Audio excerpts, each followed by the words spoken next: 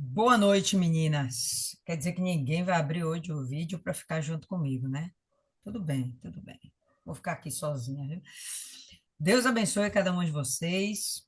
Estamos hoje dando continuidade na meditação do livro de Primeira Timóteo. Estamos no capítulo 4, né? E a gente percebe Paulo tendo um cuidado muito grande em, em formar novos líderes com consciência para blindar a igreja. Blindar a igreja de quê? Do falso evangelho, dos falsos ensinamentos, das coisas que distorcem o evangelho, aquelas palavrinhas que parecem verdade misturadas com mentiras e que podem destruir toda uma igreja. Então, Paulo ele tem essa percepção. Isso dentro de Paulo é algo muito latente. A gente vai perceber que ele tem um chamado muito forte. Um chamado não é a palavra certa, é como se fosse uma exortação muito forte vinda do próprio Espírito Santo para que ele venha blindar a igreja das más conversações, das falsas profecias, né? Ele tem essa expectativa de que Jesus está voltando e a igreja não pode se perder de forma alguma, a igreja não pode se descaminhar de forma alguma. E a gente percebe, desde o primeiro capítulo de Timóteo 1, a gente vai perceber ele com esse cuidado para não haver uma, como a gente pode falar, um mau entendimento da verdade, né?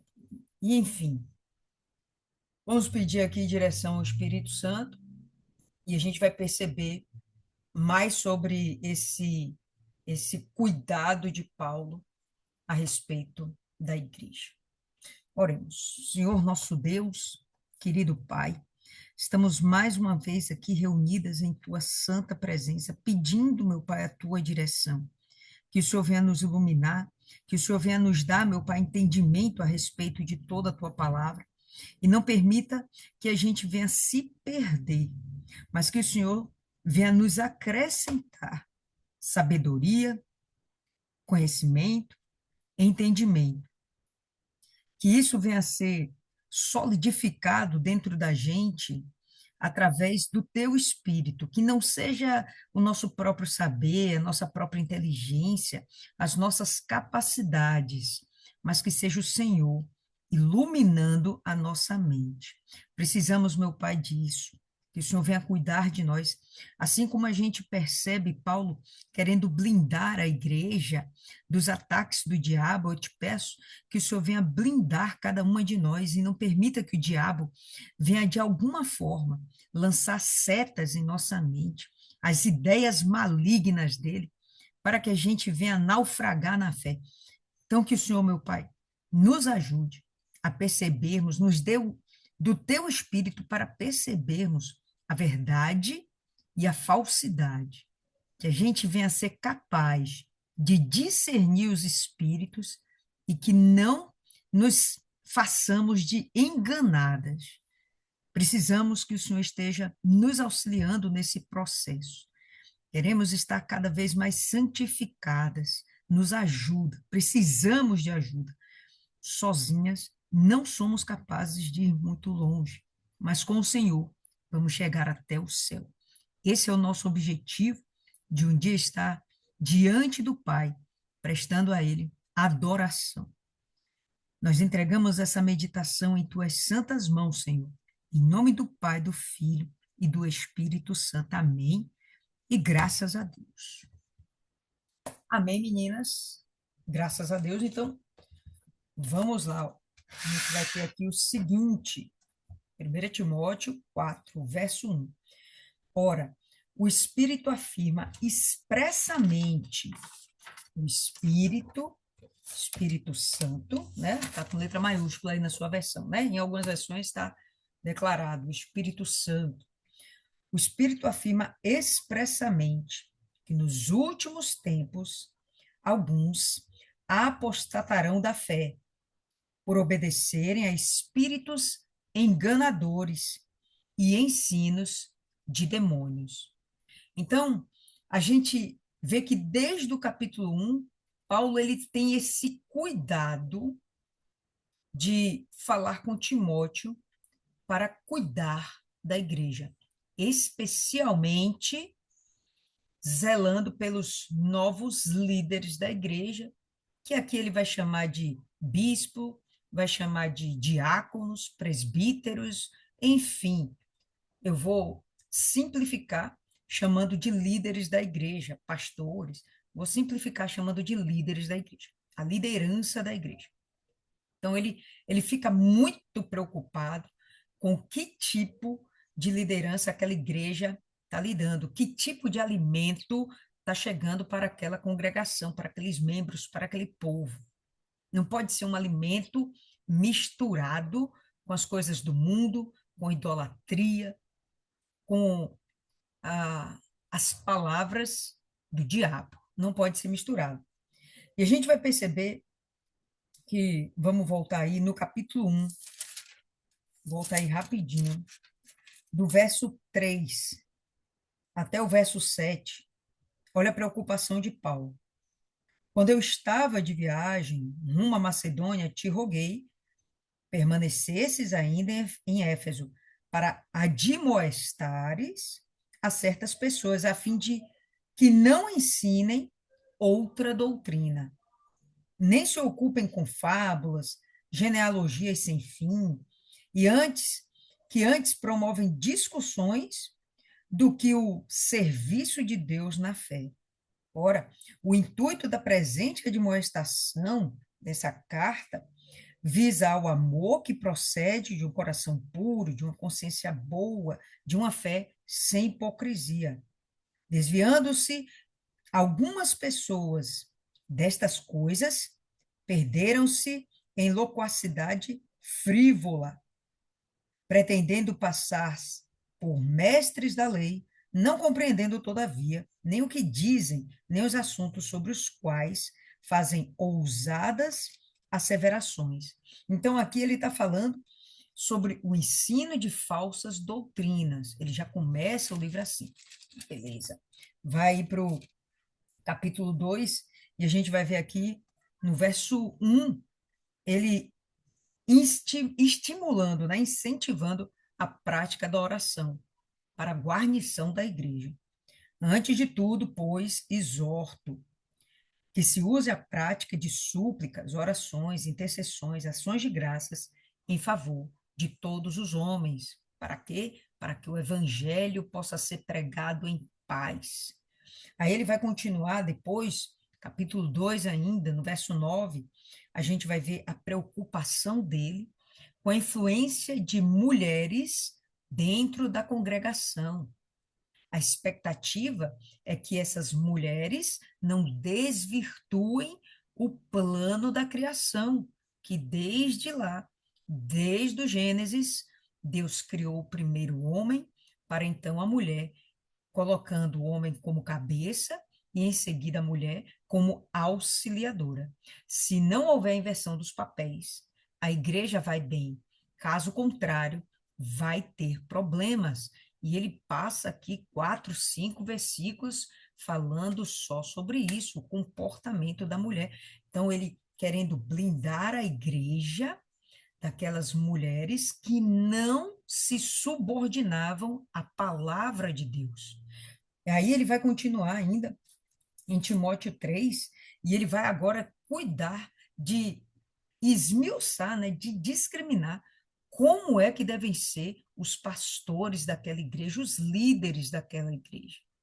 Então, a gente vai perceber que Paulo, ele está sendo compelido, estimulado, né, pelo Espírito Santo, apertado pelo Espírito Santo, para que a igreja não se perca.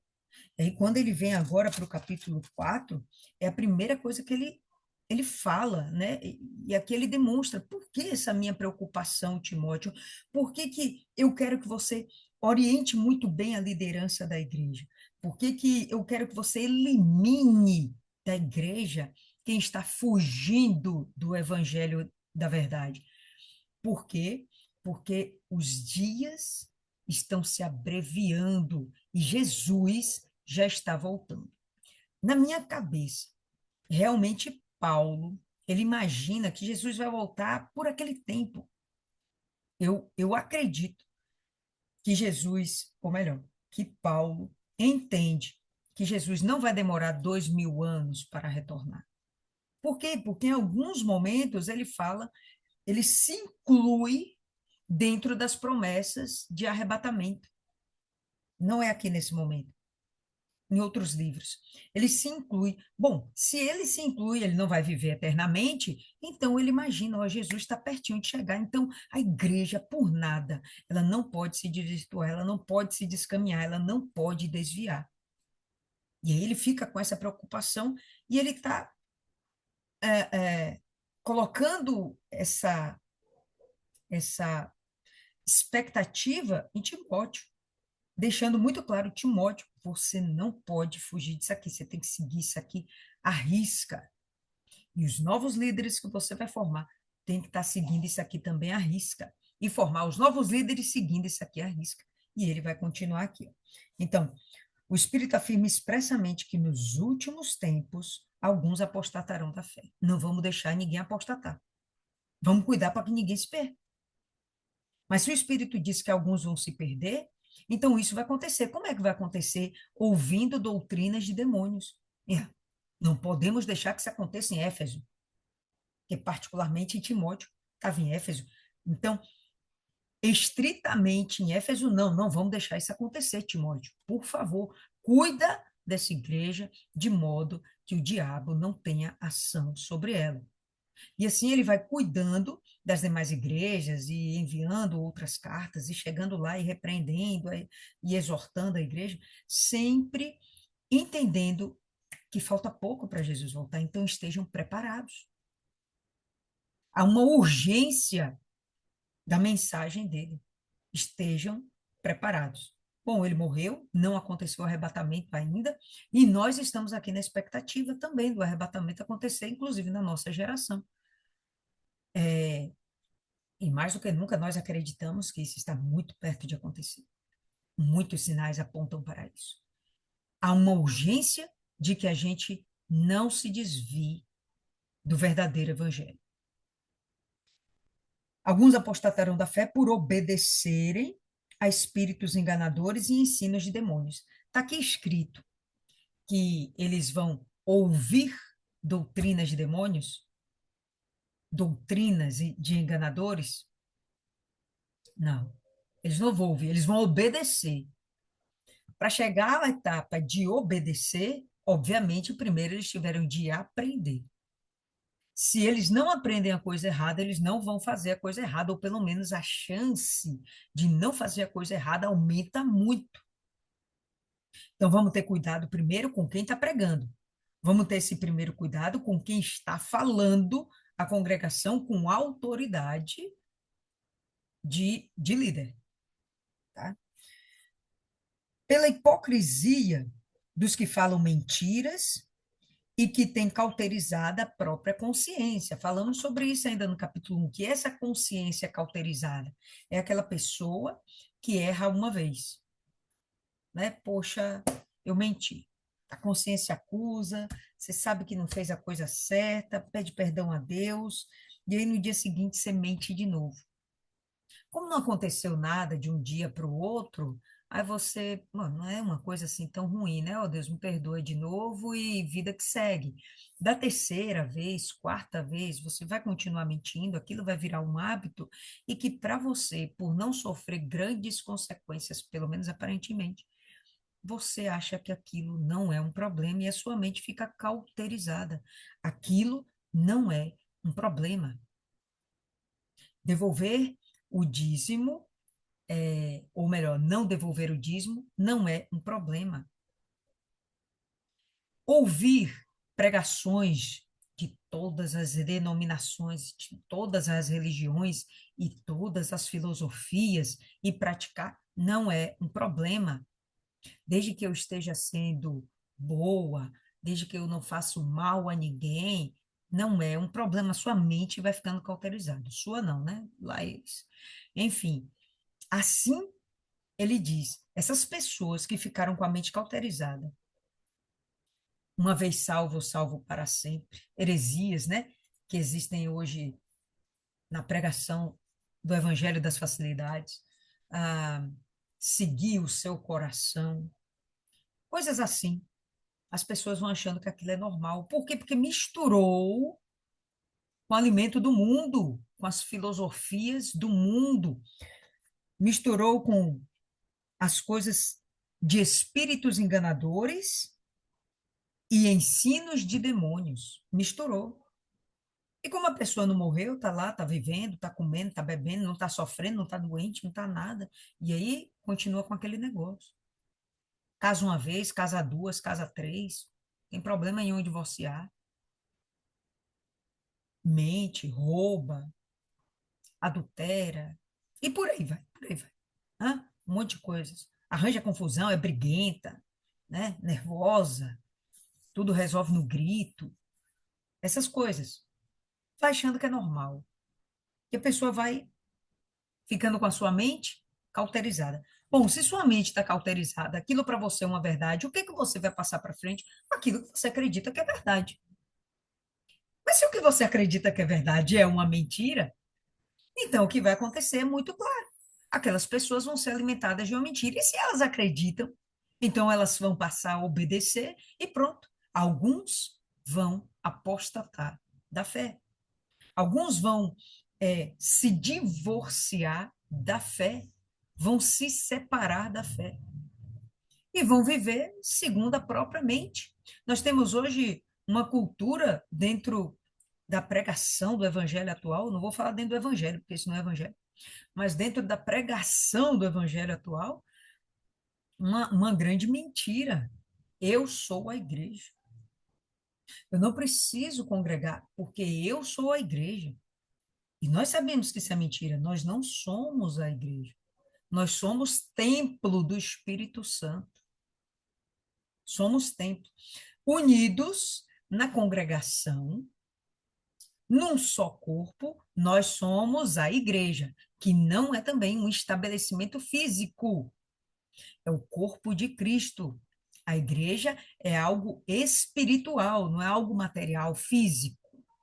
É espiritual. O que é físico, você, templo. Mas isso não é igreja. A concepção de igreja é uma outra história. Jesus não disse que ele era o templo. Jesus disse que ele era a igreja, o cabeça da igreja. Ok? Então, são heresias, coisas que são propagadas. E quando isso vai sendo disseminado, popularizado, as pessoas acham que isso é verdade. E aí, o que a gente vê hoje, um monte de gente que tem a palavra de Deus, mas não tem coragem de congregar. E se não congrega, vamos lá ser sinceras, provavelmente não devolve dízimo, provavelmente não oferta, provavelmente não amadurece a sua espiritualidade lidando com outros cristãos, que não é uma coisa fácil, lidar com pessoas. Vai ser sempre um evangelho disfarçado, fingido, porque o evangelho de verdade, eu tenho que lidar com as pessoas. E eu tenho que amar até mesmo os meus inimigos. Não, não, vou preferir ficar longe, porque fulano erra, fulano peca, o pastor fez isso, ciclano fez aquilo, eu prefiro ficar distante. Heresia. Isso aí está tudo errado. Mas hoje, as pessoas acham que é normal, que a mente já está cauterizada. Estava conversando com um cliente meu esses dias, e ele já entra lá no meu consultório pregando. Ele já começa falando um versículo bíblico, né, dentro da nossa conversa, não porque isso e isso, não, mas porque isso e isso. E bacana, você acha que é o crente, é quase um pastor. E aí, conversa vai, conversa vem. Ele perguntou, onde vocês congregam? Aí a gente falou, né, minha assistente. Aí minha assistente perguntou a ele, onde o senhor congrega? Ah, não, já congreguei há muito tempo, mas hoje... Aí o que que ele fez? Pegou aquela passagem lá da, da mulher samaritana, onde Jesus fala que haverá o dia em que os verdadeiros adoradores adorarão o Espírito em verdade, independente do local onde você está. Então, eu não preciso estar na congregação para adorar o meu Deus. Gente, isso é verdade? Claro que é verdade, mas está misturado com mentira. Jesus, a primeira coisa que ele fazia, ou melhor, a primeira coisa que ele fez, foi ir para dentro das sinagogas pregar, era a igreja do momento. Quando Paulo ele está falando aqui com Timóteo, existe uma congregação feita. Não tinha internet, não tinha um WhatsApp para mandar mensagem, todo mundo se reunia para ouvir a mensagem, para ouvir a palavra de Deus. Então não existe esse negócio de, não preciso congregar, isso é conversa para boi dormir ou para cristão desviar. E aí a gente está tendo um monte de pessoas apostatando da fé pura, da boa consciência, certo? Então, Paulo, ele tinha essa preocupação e ele quer que Timóteo tenha essa mesma preocupação, coisa que nós devemos ter, essa mesma preocupação. Porque onde nós estamos hoje, ainda que não estejamos no lugar do pastor, né, do bispo, aonde nós estamos, nós somos líderes espirituais, no sentido de que nós conhecemos o Evangelho e podemos pregar para outras pessoas. Nós temos um conteúdo, né? Não estou falando de conhecimento de Bíblia, eu estou falando de experiência com Deus. Nós temos um conteúdo que nos leva a ter a autoridade para pregar a Cristo. Eu falava isso há pouco tempo com uma nova evangelista. Eu não conheço a Bíblia, eu não sei a Bíblia, como é que eu vou evangelizar? Calma, você não precisa conhecer a Bíblia de Gênesis e Apocalipse. É bom que conheça. Isso te dá mais profundidade, né, no que você vai falar. Mas se você tem experiência com Deus, você já tem muita coisa o que pregar. Porque só você dizer, não, eu fui curada pela fé, não, eu fui salva pela fé, meu casamento foi restaurado pela fé, olha, eu tinha desejo de suicídio, eu não tenho mais, foi pela fé. Só isso aí já é coisa pra caramba.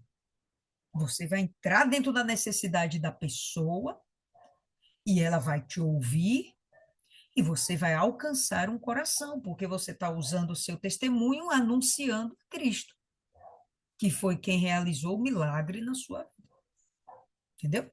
Então, a gente percebe que essas coisas têm acontecido e a mente está cauterizando, a mente dos cristãos da atualidade está ficando cauterizada. Tá? Tinha um evangelista aqui, eu não sei hoje como ele pensa a respeito, mas ele dizia que ele não perdoa, não, que quem perdoa é Deus. Como assim quem perdoa é Deus? Que conversa é essa de quem perdoa é Deus? Você tem que perdoar para você ser perdoado por Deus. Você tem que perdoar. Mas ele dizia: não, não, fulano, entrega na mão de Deus, Deus que perdoe. E ele guardando lá a magoazinha dele no coração. Não pode, gente, um evangelista, mais de 10 anos de igreja, ainda com esse tipo de concepção. Aí o que que a mente está ficando? Cauterizada, está achando que aquilo é normal. Por quê? Porque está comendo, está bebendo, está morando, não está passando nenhuma necessidade. Então parece que está tudo bem. Então o pensamento dele está certo. E assim a gente vai vendo a mente ficando cauterizada, imutável. Né? Ouve a verdade, não consegue mais mudar, cauterizada. Não consegue mais ser trabalhada pelo Espírito Santo. Né? Então vamos lá. E aí ele vai dar exemplos dessas, desses, desses ensinos de demônios, tá? As mentiras que são contadas por aqueles que têm a mente cauterizada. E aí, uma das primeiras coisas que ele fala, proíbe o casamento. Proíbe o casamento. Pessoal, eu fui procurar ah, algo que me apontasse quais religiões proibiriam o casamento àquela época. Estamos aqui no ano de, provavelmente, entre 60 e 64 depois de Cristo. Por aí. E a única igreja que, ou congregação, enfim, denominação, que eu vi que fala sobre não casar, proibição de casar, foi a Igreja Católica.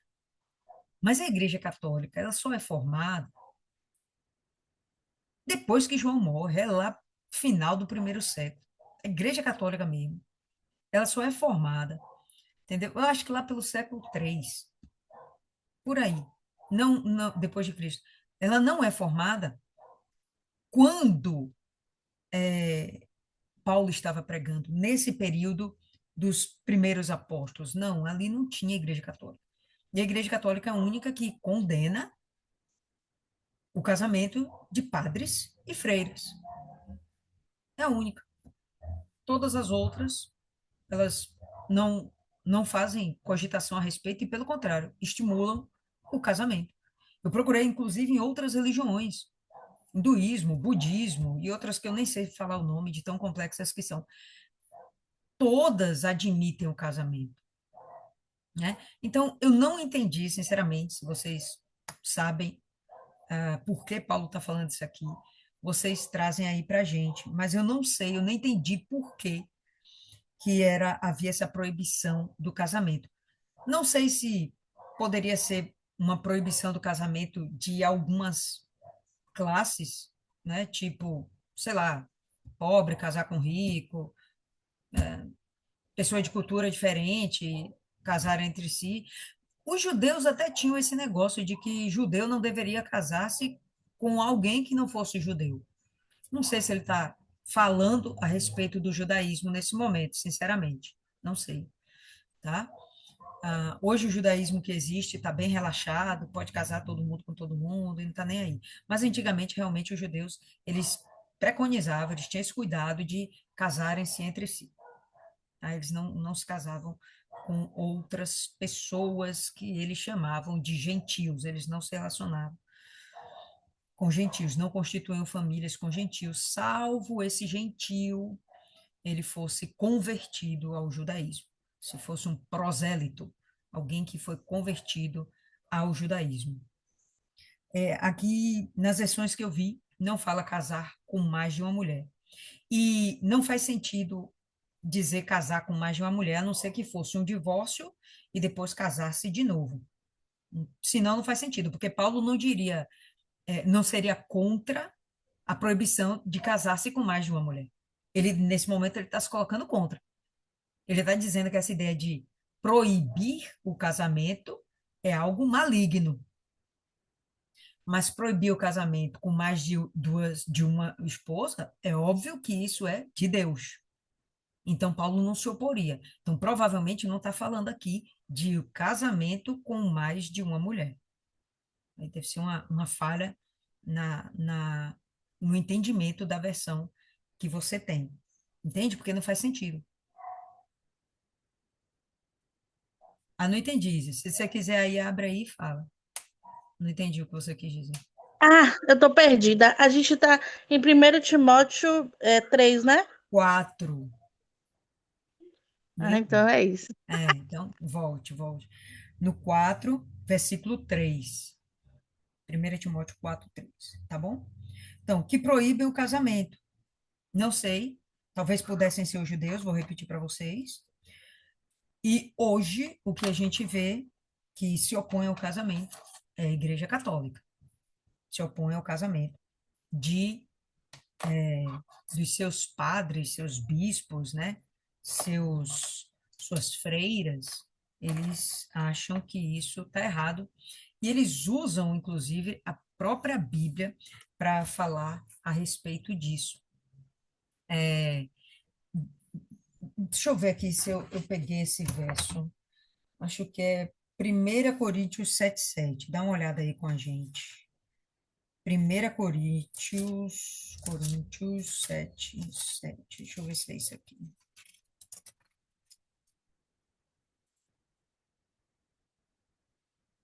Aqui, aqui, ó. Quero que todos os homens sejam tais como eu sou também. No entanto, cada um tem de Deus o seu próprio dom.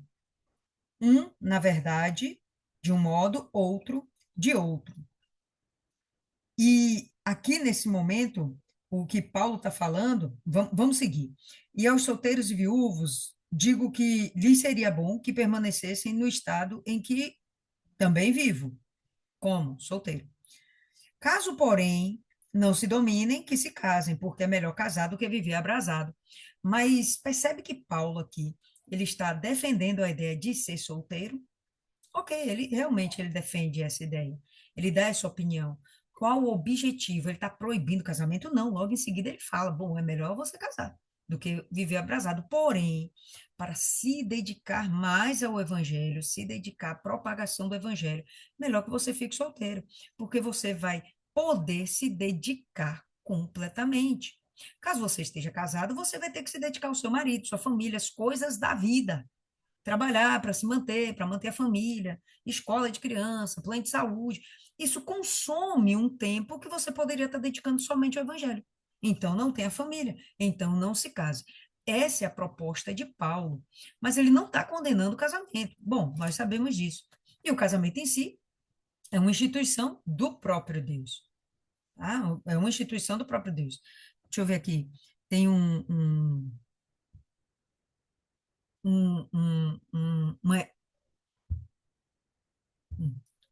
como é que fala? Uma citação que eu vou compartilhar aqui com vocês.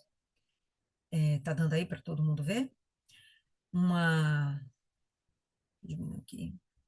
Essa citação é da Igreja Católica. Ela fez um concílio, tá aí, o Concílio de Trento, que foi um concílio que existiu entre 1545 até 1563. Eu acho que foi o maior concílio que eles tiveram. Sempre que eles se reuniam, acho que foram um total de 25 reuniões, eles se reuniam para definir parâmetros, regras, dogmas, doutrinas, para que a igreja, a instituição, a igreja católica continuasse firme, de pé. Porque nessa altura, Martinho Lutero já tinha confrontado a igreja e proposto a reforma protestante. E aí vem o Concílio de Trento para fazer a contra-reforma, né? Rebater o que Martinho Lutero estava pregando ou apregoando. Enfim, olha só o que está escrito no Concílio de Trento.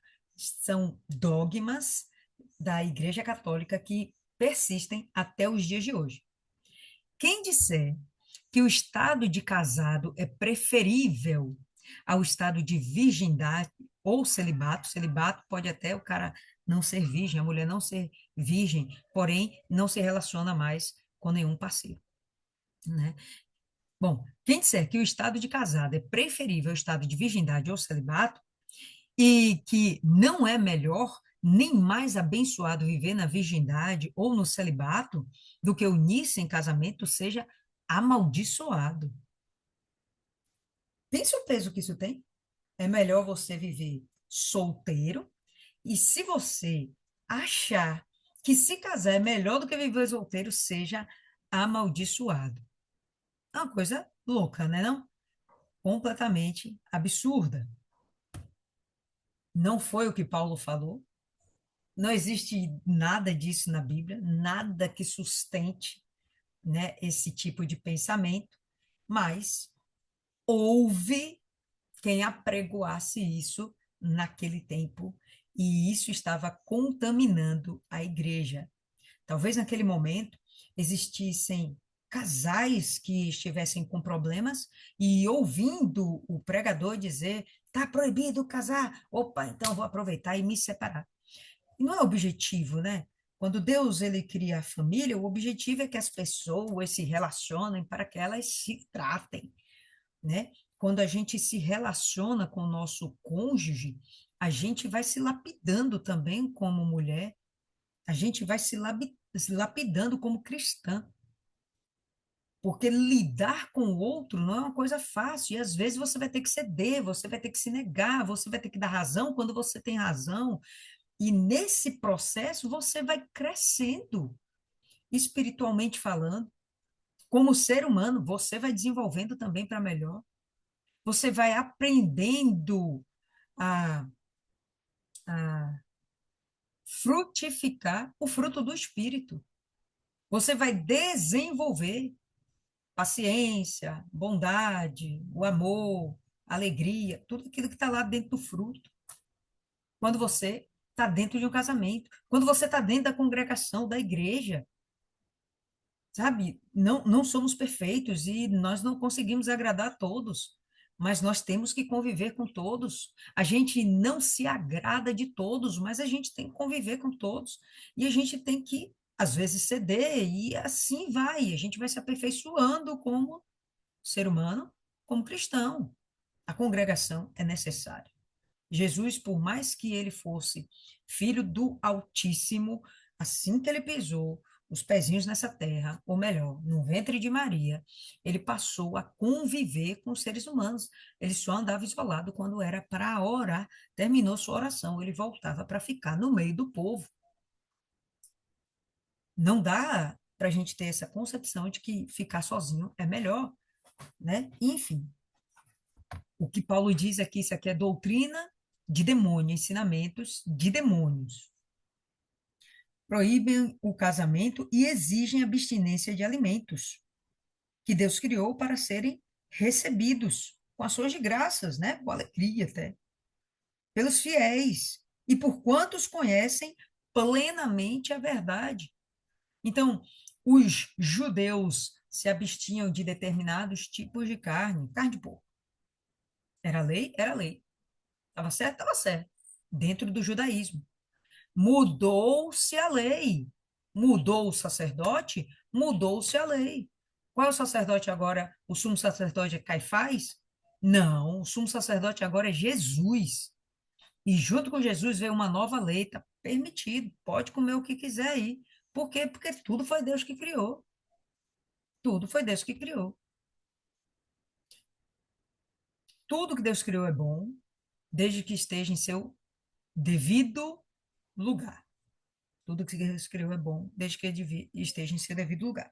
Então, quando ele fala aqui de alimentos, abstinência de alimentos, em algumas versões fala mais claramente a carne, tá?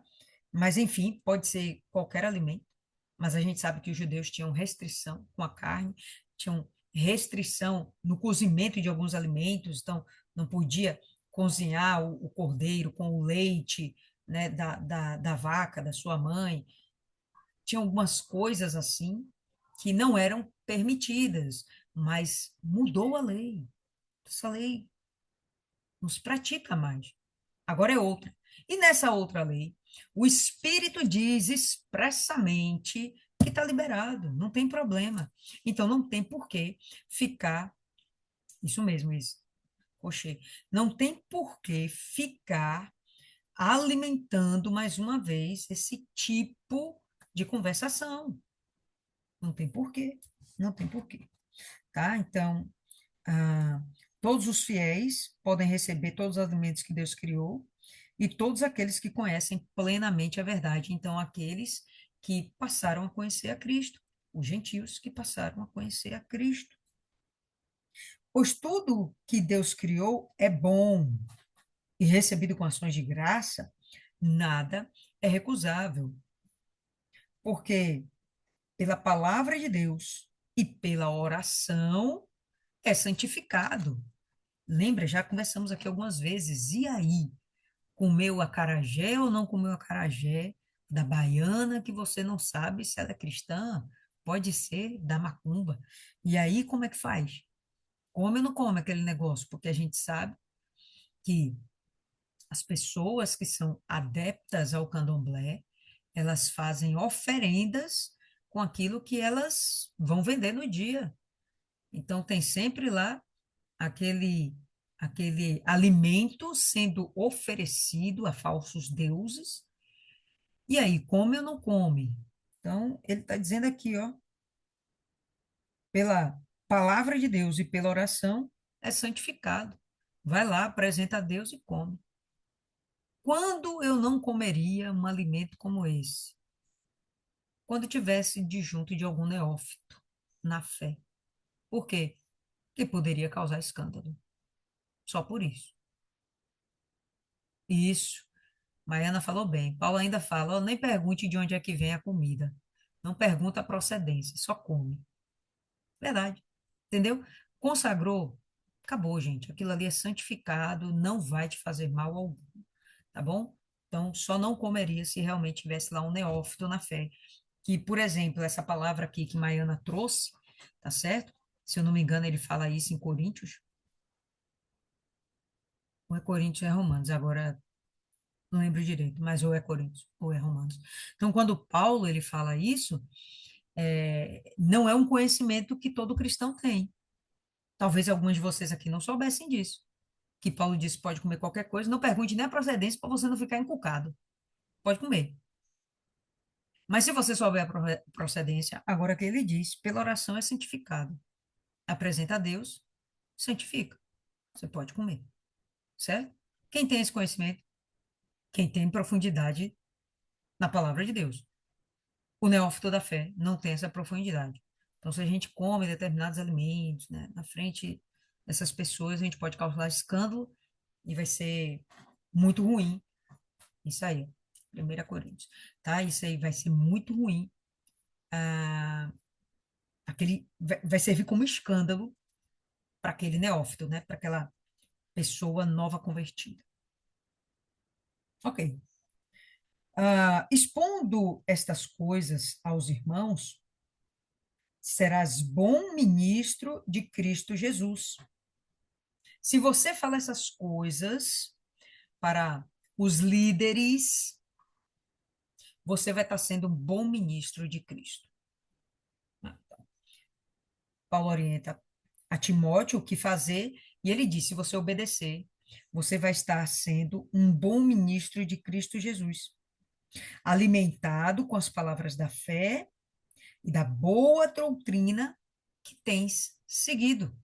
Foi alimentado com as palavras da fé e obedeceu, passou a praticar, seguiu a boa doutrina.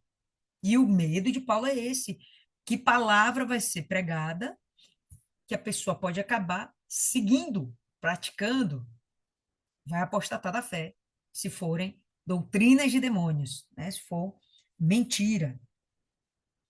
Mas rejeita as fábulas profanas e de velhas caducas. Achei isso aqui interessante, porque, mais uma vez, ele está falando das mulheres, né? Não, não aparece aqui os velhos caducos, falando algumas coisas. E aí eu vou voltar, né? Antes que alguém fique com raiva de Paulo de novo, vou voltar a aquela concepção de que Paulo, ele não está falando mal das mulheres ou condenando as mulheres, mas a mulher naturalmente faz parte lá do DNA dela, entendeu? Ela foi formatada dessa forma. A mulher, ela vai querer sempre ter razão, vai querer ter a última palavra, vai querer mostrar a sua sabedoria, se sobrepor às demais pessoas. E aqui, quando ele fala das velhas caducas, são aquelas que já estão com a mente cauterizada. E aí elas têm a mente cauterizada daquilo que elas ouviram lá atrás. Já ouviu aquela palavra? Nasci assim, vou morrer assim. Nem vou complementar, mas vocês sabem, quem costuma falar isso, né? Nasci assim, vou morrer assim. E aí a pessoa envelhece com aqueles pensamentos errados. E o que que ela faz? Ensina as coisas erradas. Então ele tem muito cuidado com as mulheres, né? Ele tem muito cuidado com as mulheres. Por quê? Porque ele sabe do poder de influência das mulheres. Nós sabemos o quão influentes, o quão persuasivas nós podemos ser, para o bem ou para o mal. Toda mulher tem isso dentro de si, tá? Então, ele sabe que dentro da congregação, a mulher, cedo ou tarde, a mulher, cedo ou tarde, vai ter um papel de relevância dentro da congregação. Vai ter um momento de cuidar de pessoas. A gente já viu ele falando no capítulo anterior sobre as diaconisas. Falou dos diáconos e falou também das mulheres diaconisas. Então, elas têm um papel dentro da igreja, de cuidar, de ajudar o operacional da igreja. Então, em algum momento, as mulheres vão ter uma relevância. Paulo tem muito medo disso, porque sabe que se a mulher ela já é persuasiva naturalmente, se ela tiver mal intencionada ou a mente cauterizada, ela vai ser persuasiva para fazer coisas erradas, entendeu? Não vai ser legal. Essa ideia aí de não usar unha vermelha, Izzy sempre chega com as viagens, né, velho? Não pode usar unha vermelha. Acho que é mais do imaginário popular, né? Associando sempre o vermelho à luxúria, né? A sedução extravagante, né? Tá sempre falando coisas assim. Ah, é, tem essa criatura aí, né, influencer, não é isso? Irmã Nadia, ela fala um monte de coisa louca. Não sei, de repente pode ter gente que acredita. Para mim ali é mais um meme, né? Enfim, tá? Então, Paulo ele mostra esse cuidado porque ele sabe do poder da mulher, tá? Não é porque ele odeia as mulheres. Ele tem aversão às mulheres. Não. Ele entende que se der um espaço que não cabe à mulher, a igreja pode ficar transtornada. Teve uma paciente minha também, que eu conheci, ela era pastora, o marido não era. E a primeira vez que eu era nova na igreja, e a primeira vez que eu ouvi falar assim, pastora, né? Tudo para mim, o mundo cristão, tudo era muito novo. Então, ela chegou e conversamos, trocamos ideia.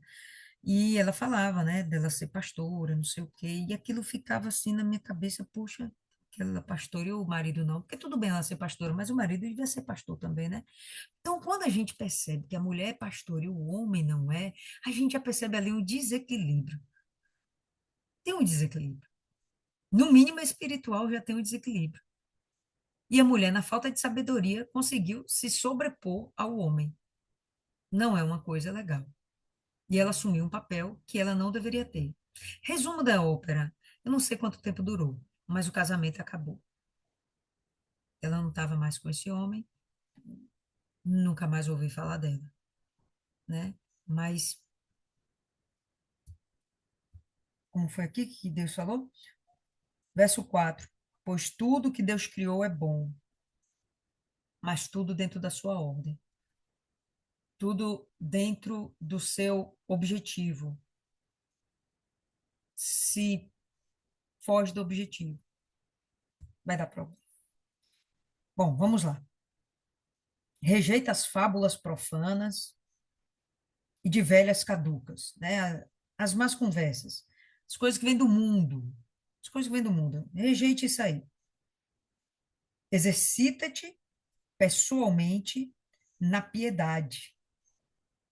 Exercite-se na piedade, a prática do amor. Piedade é prática do amor. Exercite-se nisso. Ele vai falar, pois o exercício físico pouco é proveitoso. O muito fazer sem o amor inserido dentro desse fazer. Pois o exercício físico para pouco é proveitoso, mas a piedade para tudo é proveitosa, porque tem a promessa da vida que agora é e da que há de ser. Dentro desse amor plantado, dentro dessa prática da piedade, vamos falar do amor que é sacrifício. E o maior amor do mundo foi do próprio Deus entregando o seu filho por todos nós. O maior amor do mundo. Quando a gente prega isso, nós estamos falando da piedade que vai ser proveitosa, o amor que vai ter proveito, porque tem a promessa da vida que é agora e da que há de ser, que é a promessa da vida eterna. Se ele pratica isso, se nós praticamos isso, então nós estamos levando as pessoas à esperança da salvação, de morar com Deus, de viver com Cristo. Enfim, fiel é esta palavra e digna de inteira aceitação. Que palavra? Que vai ter uma vida, que está por vir. Que existe uma vida eterna, assim como existe a morte eterna. Então, essa promessa, essa profecia, ela existe e fiel é esta palavra e digna de inteira aceitação. Ora, é para esse fim que labutamos, que lutamos, que trabalhamos e nos esforçamos sobremodo, porquanto temos posto a nossa esperança no Deus vivo, Salvador de todos os homens, especialmente dos fiéis. Ele é Salvador de todos. Ele vai salvar todos os homens? Claramente não. Por quê? Porque nem todos os homens se tornaram fiéis. Mesmo todos os homens sendo expostos à verdade, cada um deles tendo a chance de ouvir a palavra de Deus, de entender, de serem evangelizados e entenderem que Jesus morreu por eles, mesmo eles sendo expostos à verdade, não são todos os homens que vão aceitar a verdade. Ponto final. Alguns estão com a mente cauterizada e acabou, né? Então, mas tem aqueles que são fiéis. Então, os fiéis, sim, esses serão salvos. Quem são os fiéis? Aqueles que aceitaram a palavra de Deus e passaram a viver a palavra de Deus, praticar a palavra de Deus, obedecer a palavra de Deus. São os fiéis. A esses daí, especialmente para esses, essa palavra é verdade, essa promessa de vida eterna, essa promessa aí é totalmente válida. Ordena e ensina estas coisas. Bacana isso aqui, né? Eu acho interessante quando esse termo ordena é colocado. Não tem um negócio de pede, solicita, roga. Não. Ordena. Mande que essas pessoas pratiquem dessa forma. Os líderes, eles têm que estar completamente preenchidos dessa verdade. Eles têm que saber do que eles estão falando. Por isso nós temos também de dominar a palavra de Deus. Eles têm que saber do que eles estão falando e eles têm que apregoar isso aí. Ordena e ensina estas coisas. Ninguém despreze a tua mocidade. Pelo contrário, torna-te padrão dos fiéis na palavra, no procedimento, no amor, na fé, na pureza. Então, aqui a gente percebe, falamos sobre isso logo no começo da meditação de 1 Timóteo, né, que Timóteo era um jovem. Quando ele cita aqui que ninguém despreze a tua mocidade, está falando da mocidade do Timóteo. Ninguém despreze. Timóteo, apesar de ser um menino, ele estava sendo responsável por formar, por discipular novos líderes, novos pastores. Gente, que responsabilidade! Que responsabilidade! Que responsabilidade! E ele, Paulo ainda pesa ainda mais sobre ele. Seja irrepreensível, seja um modelo, seja o padrão para essas pessoas. Se elas mirarem em você, virem você como um exemplo, vai dar tudo certo. Se você for exemplo para elas, vai dar tudo certo. Seja exemplo na palavra, falar a verdade, conhecer a palavra, no proceder, né? Ter um procedimento ético, moral e especialmente espiritual. Tudo que você fizer seja pautado pela espiritualidade, pelo seu compromisso com Deus. Eu vou ser bonzinho, mas não é porque eu quero ser boazinha. Eu vou amar o meu próximo porque eu obedeço a Deus e eu tenho que retribuir ao meu próximo, ou distribuir ao meu próximo o amor que eu recebi de Deus. Não é porque eu sou boazinha. A salvação não chega para a gente porque a gente é bonzinho. A salvação chega por meio da fé. Vamos plantar essa fé nas pessoas. No amor, na fé, na pureza. Até a minha chegada, aplica-te à leitura, à exortação e ao ensino. Essa leitura não é leitura para ele, não. É a leitura para a congregação. Até eu chegar aí, né? Paulo tinha previsão, ele tinha desejo de chegar ali. Então, até eu chegar aí, o que você tem que fazer? Se aplicar na leitura da palavra com a congregação, exorte a congregação, ensine a congregação. Aí você me fala que você é uma igreja e que você não precisa congregar, coisa de quem é desconhecedor da palavra. Eu ia falar de maluco, mas de quem não conhece a palavra. Aí você faz do jeito que você quiser, beleza, mas não o que está escrito. Não tem como você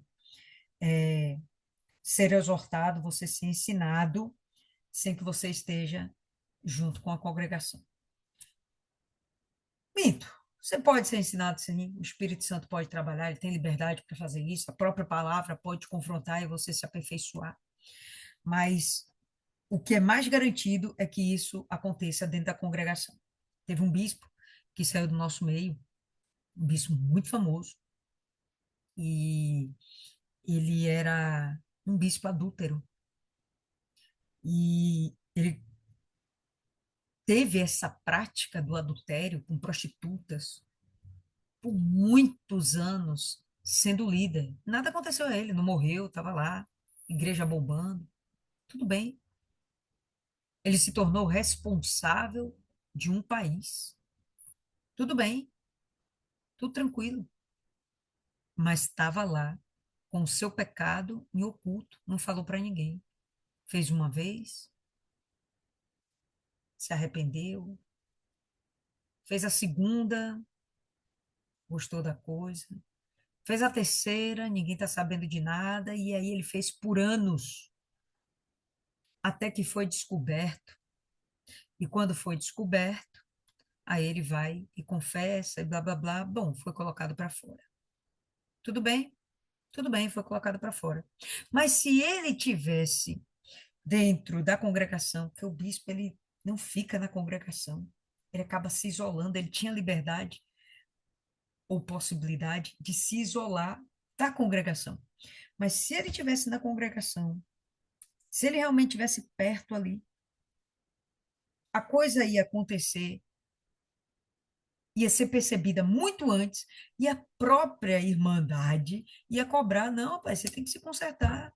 Ó, você faltou tal dia, Ó, você não veio para a igreja, você está frio, você está diferente, está acontecendo alguma coisa com você. Então, a congregação confronta a gente também. É interessante. Alguns dias atrás, umas duas pessoas vieram perguntar para mim: pô, Lília, você está assim, você está assado, o que foi que aconteceu? Eu não sei bem por que que elas perguntaram aquilo, não, eu estava de boa. Mas estavam cuidando de mim, estavam cuidando. E se eu estivesse longe disso? E se eu realmente estivesse precisando de ajuda? Se eu estivesse longe da congregação, quem ia me ajudar? Né? Ah, o Espírito Santo. E se eu me fizesse de surda? E se eu lesse a palavra e não aceitasse? Se a mente tivesse cauterizada, rapaz, alguém do seu lado é realmente muito útil nessa hora. Alguém da fé.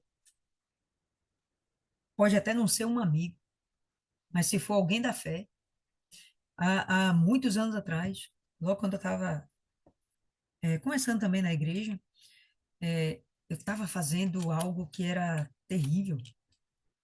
E aquilo me fez murchar dentro de mim. Me fez murchar dentro de mim. E aí uma paciente minha, que era da fé, ela chegou, não falou nada não, mas ela mandou depois uma mensagem. Saiu do consultório e no final do dia eu recebo a mensagem dela. E ela falou, pô, eu percebi você assim assado, cozido. Olhe, Deus pode fazer isso assado, cozido, assim, frito. E aí eu parei assim e eu falei, ele pode mesmo? Ela falou, pode, com certeza. Rapaz, aquilo me deu um ânimo. E eu falei, não, vou abandonar isso aqui, eu vou fazer só o que é certo. Tá? Então, o meu começo na fé, graças a Deus, tiveram pessoas assim. Mas se a gente não convive com pessoas assim, como é que nós seremos exortados, ensinados, disciplinados? Quem vai puxar a nossa orelha? Quem vai dar uma palavra de conforto ou uma palavra de confronto? Fica muito claro que nós precisamos uns dos outros, né? E, enfim, é dentro da congregação. Não te faças negligente. Fala, Maia. O problema não é a palavra de conforto, é a palavra de confronto que ninguém quer ouvir. Eu estava falando isso com a Adriana hoje. As pessoas, elas querem se isolar. Não é vergonha de mostrar sua nudez, porque vai mostrar sua fraqueza para os outros. É porque ela vai mostrar aquilo que ela sabe que está fazendo de errado e que não agrada a Deus. Porque se ela tem um conhecimento da palavra, ela sabe o que é certo e o que é errado. Só que ela prefere tentar se enganar, porque não dá para enganar nem Deus e nem a si mesmo.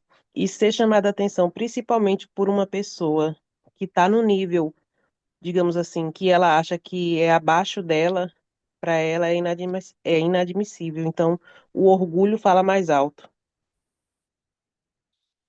Pois bem, se o coração não estiver receptivo, realmente só vai piorar, né? Só vai piorar. Mas é bom, velho, quando a gente está na congregação. É bom, é bom.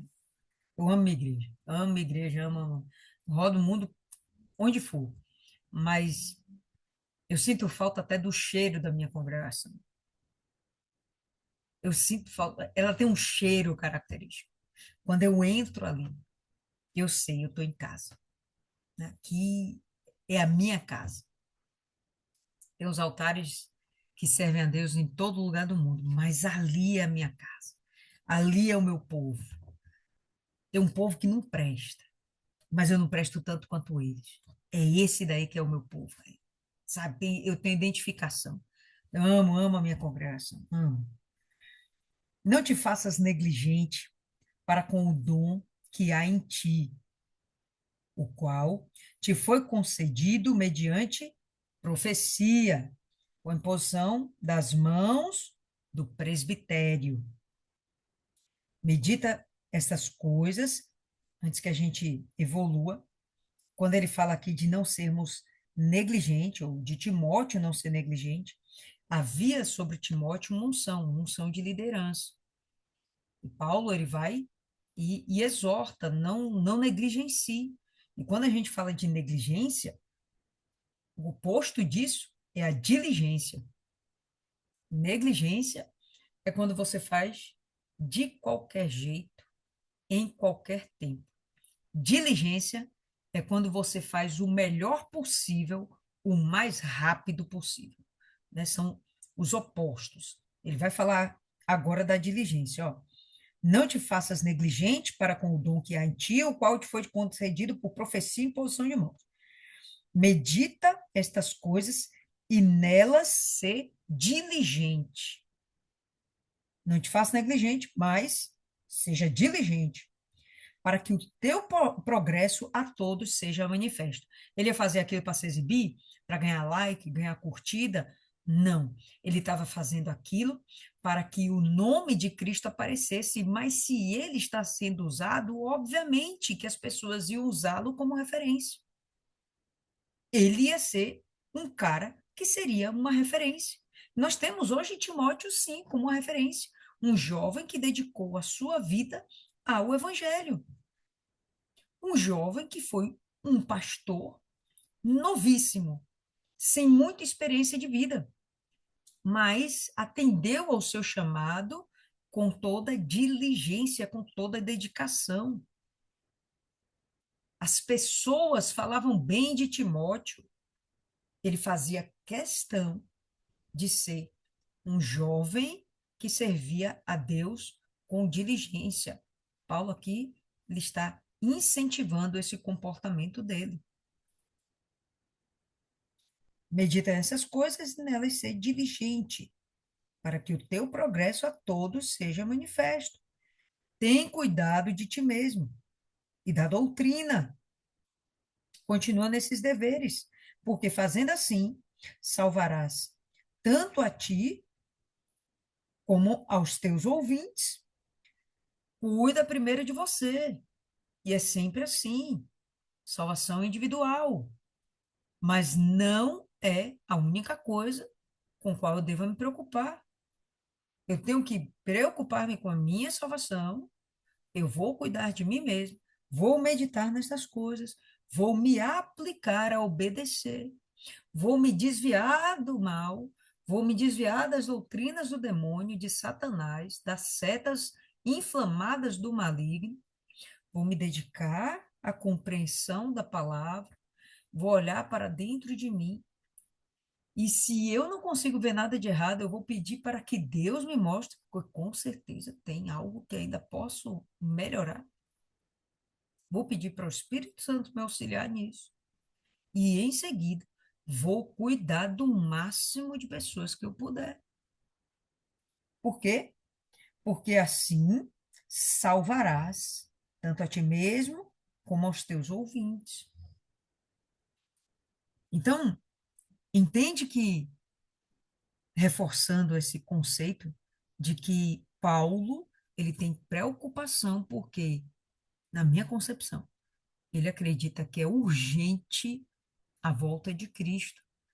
E ninguém pode estar perdido, ninguém pode estar se desviando.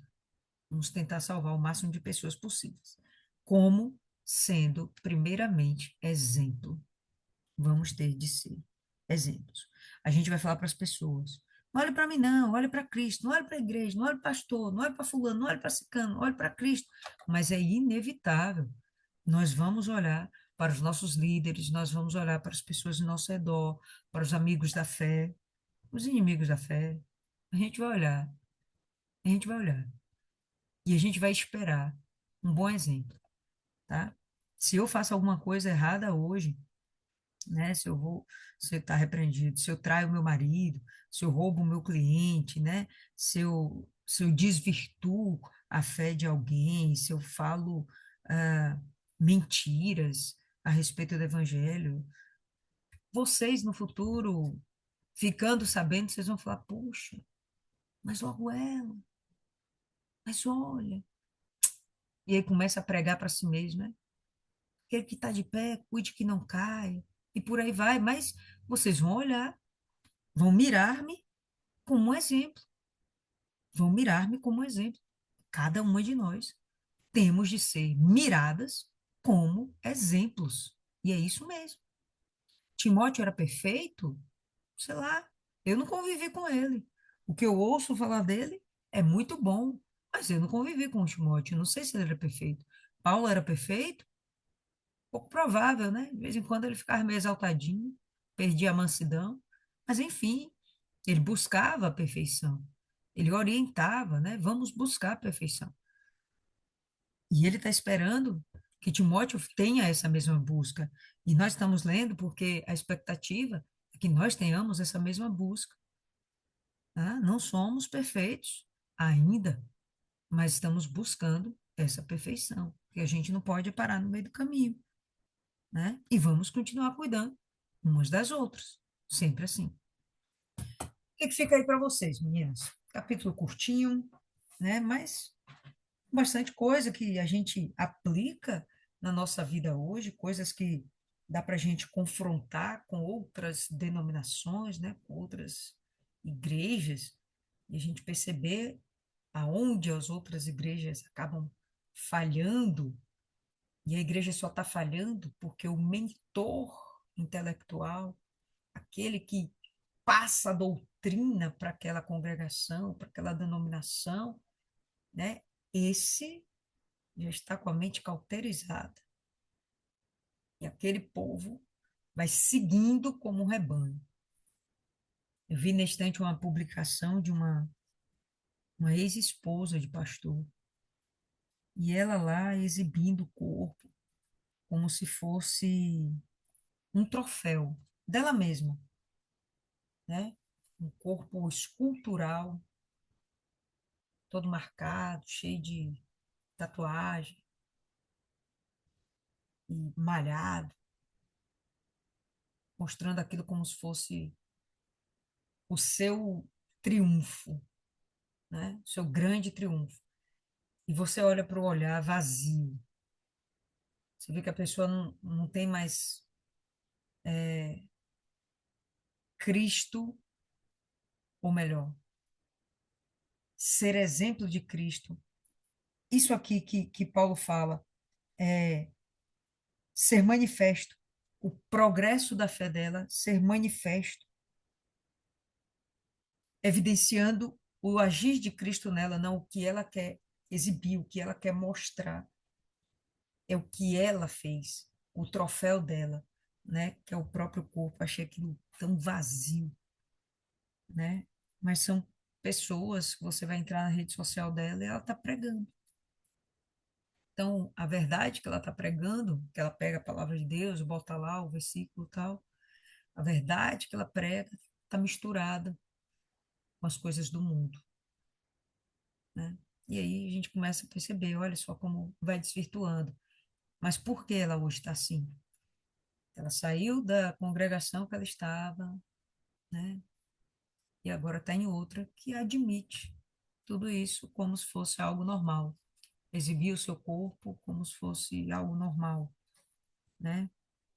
Tatuar o corpo como se fosse normal, como se o que Deus te deu fosse insuficiente. Você precisa decorar, né, o que você tem, o que Deus te deu. Enfim, vai lá, a palavra aí está com vocês. Graziela, o que você teria aí a acrescentar?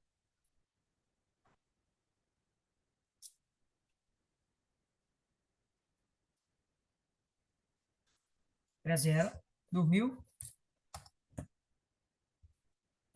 Vanessa, Pronto. Essa meditação eu fiquei pensando assim, em várias coisas, né? Mas em resumo, ela fala sobre a boa procedência, né? Você ser vigilante, você ser referência, e como está tão atual essa apostasia da fé. Eu também vejo também com mais companhias, né? Ela corrompe o bom costume. Então, muitas pessoas que tinham fé se perderam e, consequentemente, né? São moldados com doutrinas de demônio, né? Porque começa a achar que tudo é normal, tudo do mundo é normal. Outra coisa também importante sobre essa meditação foi que depois Paulo ele remeteu à boa conduta, né? A boa conduta, no amor, no espírito, para a gente focar na palavra, para não se perder, né? Focar na palavra e ensinar também. Quando você foca, você aprende e você ensina então, aquilo como se fosse perpetuando e você não sair daquele ritmo, né? Então, foi isso aí. Acho boa procedência, ser referência, ser vigilante. E tendo cuidado, né, com o que você ouve, como é seu comportamento, tentar ser íntegro, que tá muito difícil hoje. É bem atual, foi muito atual esse versículo de Timóteo. Quando Vanessa fala que foi muito atual, a gente percebe que a igreja, desde o princípio, ela foi, como é, como a gente poderia dizer, ela foi, o diabo tentou destruí-la. Ela foi atacada. Esse é o termo que eu quero dizer. A igreja sempre foi atacada, desde os primórdios, a igreja primitiva, ela sempre foi atacada. Quem teria o interesse de destruir a igreja de Cristo? Quando eu falo igreja, nesse momento não entenda como congregação, títulos, denominações. É corpo de Cristo mesmo. Quem teria o interesse de destruir a igreja, né? Com conversinha, disseminando mentiras e fazendo a verdade ser maculada. Satanás, ele começou lá, ele continua agora. Então, Verdade. quando a gente observa essa ideia de atualidade, é porque realmente o diabo sempre foi contra Cristo, sempre foi contra Deus, a obra de Deus, foi contra Cristo, né? E até hoje ele se opõe a Cristo. Então, a igreja, ela sempre vai ser bombardeada. Qual a igreja que não é bombardeada? Aquela que não leva à santificação. Aí essa igreja aí vai crescer, prosperar. O diabo não vai nem mexer. Por quê? Porque aquele povo não está realmente sendo santificado. Então, para o diabo está tranquilo, né? É aquele povo, aquela história, né, do muro, né? Eles estão no muro. Eles já são do diabo. Tem muitas denominações assim, que parecem ser corpo de Cristo, mas não são. Parecem, mas não são. Então, desde sempre o diabo trabalha. Então, sim, é realmente algo atual. Paulo falou no passado, meu Deus, há 2000 anos atrás, está super válido ainda nos dias de hoje. Absurdo? Não, é o trabalhado de Satanás, né? Que começou no Éden, diga-se de passagem. Mentira, começou no céu, safado, descarado, sem vergonha. Fabiane, o que você teria aí a acrescentar?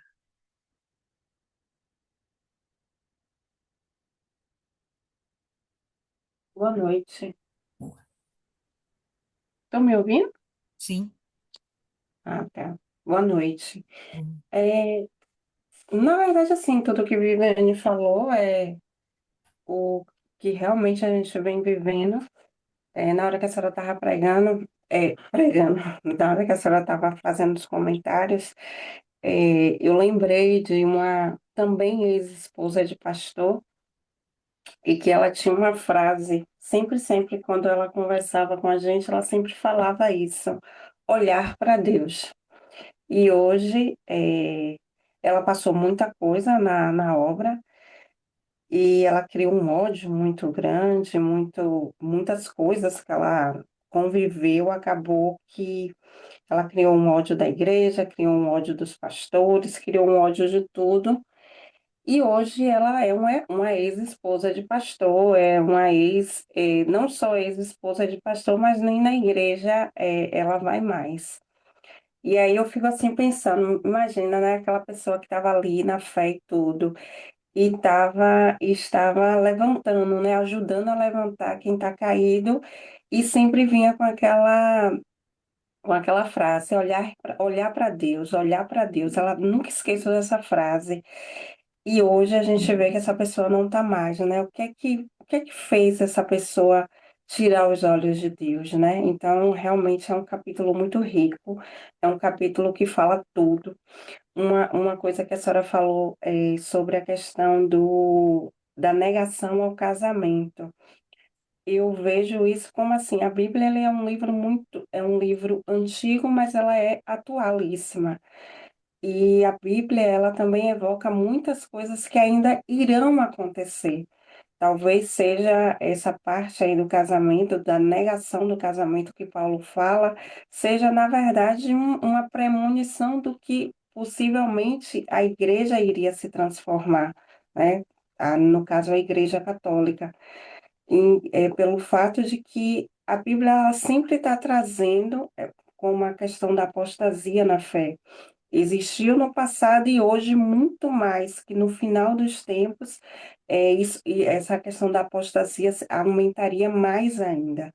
Então, eu acho que é mais nesse sentido, de que o próprio Jesus já nos traz uma visão do que irá acontecer, né? Todos os sinais estão aí, quem quiser ver, vê, quem não quiser, bota a peneira nos olhos e finge que não está vendo, mas a gente está vendo os sinais, está vendo que o mundo está caminhando para o fim e tudo indica que Jesus volta nessa geração. Não sabemos se sim ou se não, mas é, pelos sinais há essa indicação.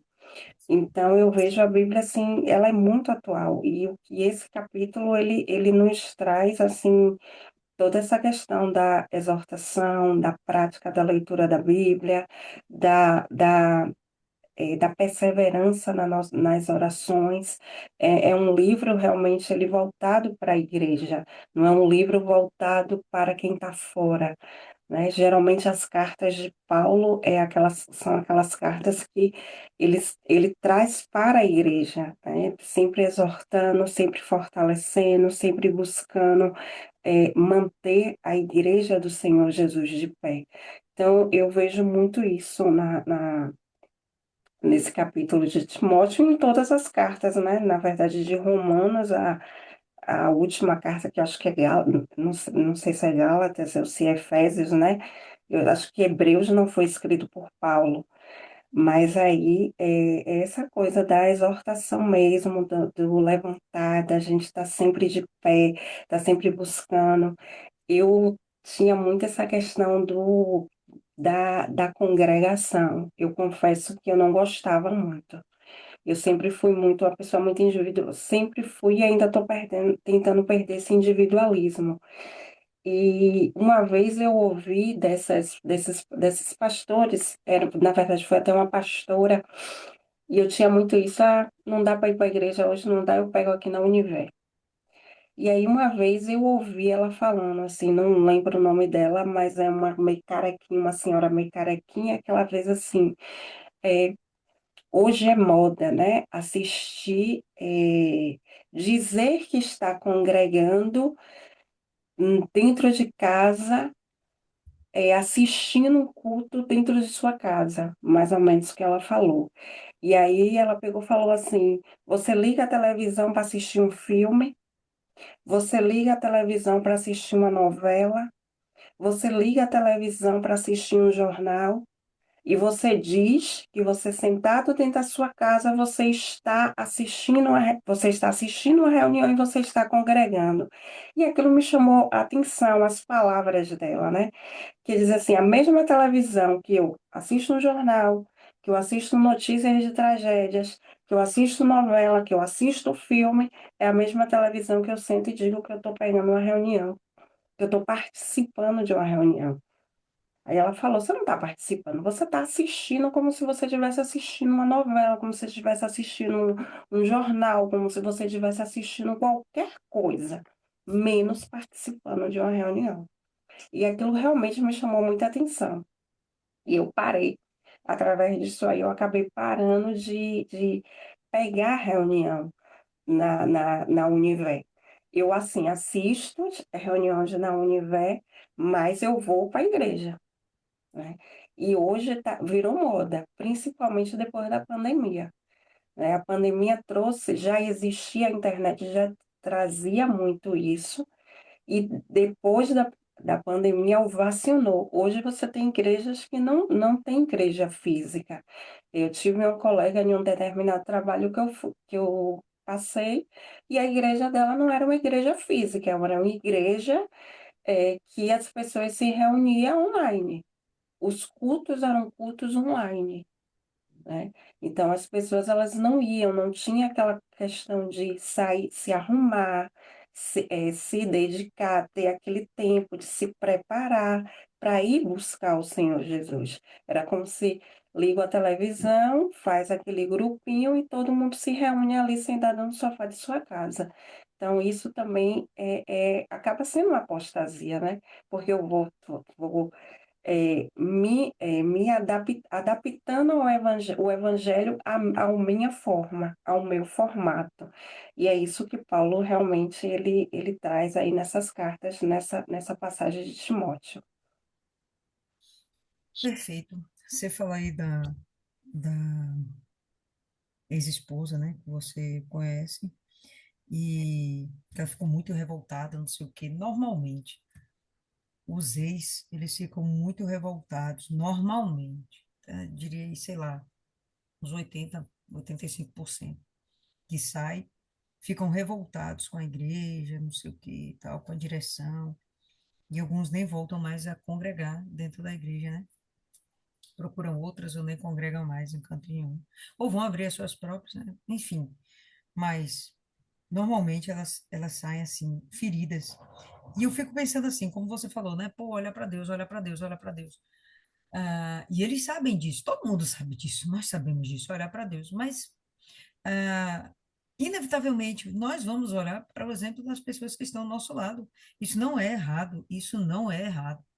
Mas o que não pode acontecer, o que não deveria acontecer, é de eu achar, porque eu faço, porque eu sou útil, porque eu tenho influência, que isso é motivo de honra. E aí, às vezes, eu não quero ouvir a repreenda, ou eu não quero diminuir o meu patamar. Pô, hoje eu estou coordenadora da VG. Aí daqui a uns dias, ó, você está fora de tudo, você vai ser a VG. E aí eu fico revoltada com aquilo, ó, quer saber? Eu não vou mais participar de nada, não. Eles não reconheceram o meu valor, não sabem quem eu sou. Pelo amor de Deus. Isso não é olhar para Cristo, isso é olhar para o nosso umbigo, né? Isso é desvirtuar completamente do Evangelho, porque nós somos apenas vasos, estamos sendo usados ali por um tempo, e se você, como Paulo orienta aqui a Timóteo, olha, faça isso para que você seja visto, seja percebido. Fazendo assim, você vai ter um bom exemplo, você vai ter um bom trabalho, e as pessoas vão perceber, e você vai virar uma referência. E ok se você virar uma referência, porque temos de ter boas referências, temos de ter bons exemplos. Paulo dizia, olhem para mim, sejam igual a mim. Pô, por quê? Porque o cara era um bom exemplo. Se a gente fizesse igual a Paulo, a gente ia estar acertando. Por quê? Porque Paulo estava fazendo igual a Cristo. Se Timóteo fizer igual a Paulo e a gente fizer igual a Timóteo, vamos estar acertando, porque no final das contas a gente vai estar fazendo igual a Cristo. E se eu sou esse bom exemplo, as pessoas me imitarem, maravilha, elas vão estar imitando a mim, porque estou imitando a Paulo, porque imitou a Cristo, porque é servo de Deus e ponto final. Então é uma cadeia que tem que estar muito bem ajustada. O nosso proceder tem que estar ajustado ao papel que eu tenho dentro da igreja. Qual é o meu papel dentro da igreja? Servo. Eu sou serva e estou para servir em qualquer lugar. Se eu achar que eu não devo servir em outro lugar que não seja uma coordenação, eu estou me perdendo. Não é mais Cristo, agora sou eu. Agora sou eu, a relevância é minha. Então, essas pessoas ficam chateadas porque elas acham que elas deveriam ser honradas de todas as formas possíveis e imagináveis e jamais podem diminuir. Recentemente, um pastor nosso saiu aqui da nossa igreja e virou um escândalo, um problema. Por quê? Porque ele ia sair de um líder de bloco para ir assumir para ficar de segundo em uma igreja no interior de Tocantins. Ele ia perder toda a relevância que ele poderia ter, que ele teria. Acabou, saiu só por isso. Em princípio, não pecou, não adulterou, não roubou, não matou. Então, A gente tem que se colocar no nosso lugar. Nós temos que ser referência, mas a glória é toda de Deus. Então, pessoal, perdoa aí, extrapolamos aí o tempinho um pouquinho, né? Vou pedir aí para a dona Ana fazer a oração final e a gente encerra por aqui, tá bom? Quiserem comentar mais alguma coisa, joga lá no grupo.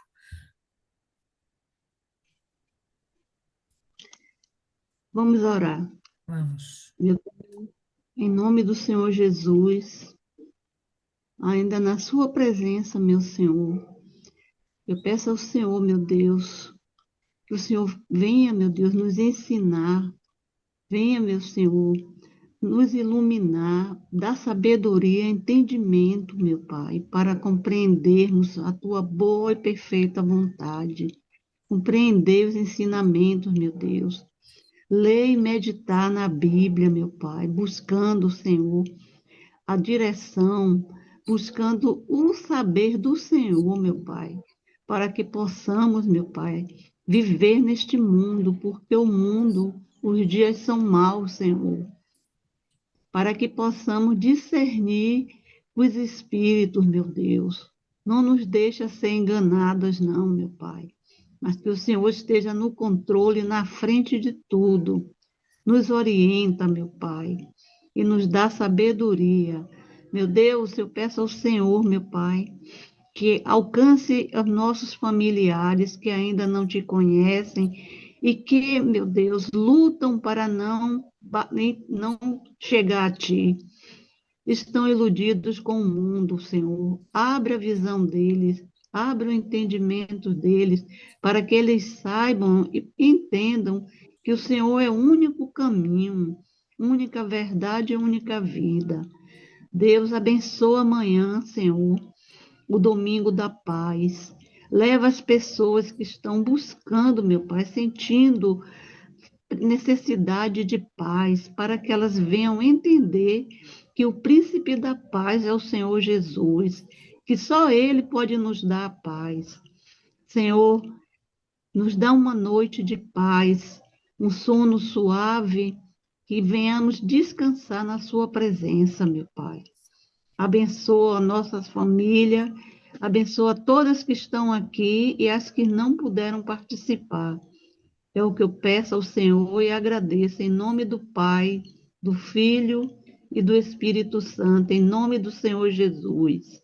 Amém. Graças a Deus. Amém, pessoal. Deus abençoe todas vocês. Uma excelente semana. E a gente se encontra novamente na próxima meditação.